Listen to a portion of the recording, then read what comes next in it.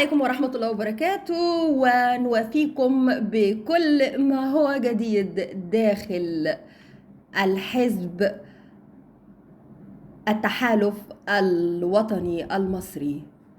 أصدر السيد النائب محمد القاضي رئيس المؤسسة الوطنية لمكافحة الإرهاب والتطرف قراراً تنظيمياً بناء عليه تم تعيين السيد إبراهيم علي عبده أمين اللجنة العليا للمراكز القانونية. دمتم سالمين، وسوف نواتيكم بكل ما هو جديد داخل الساحة السياسية. والسلام عليكم ورحمة الله وبركاته.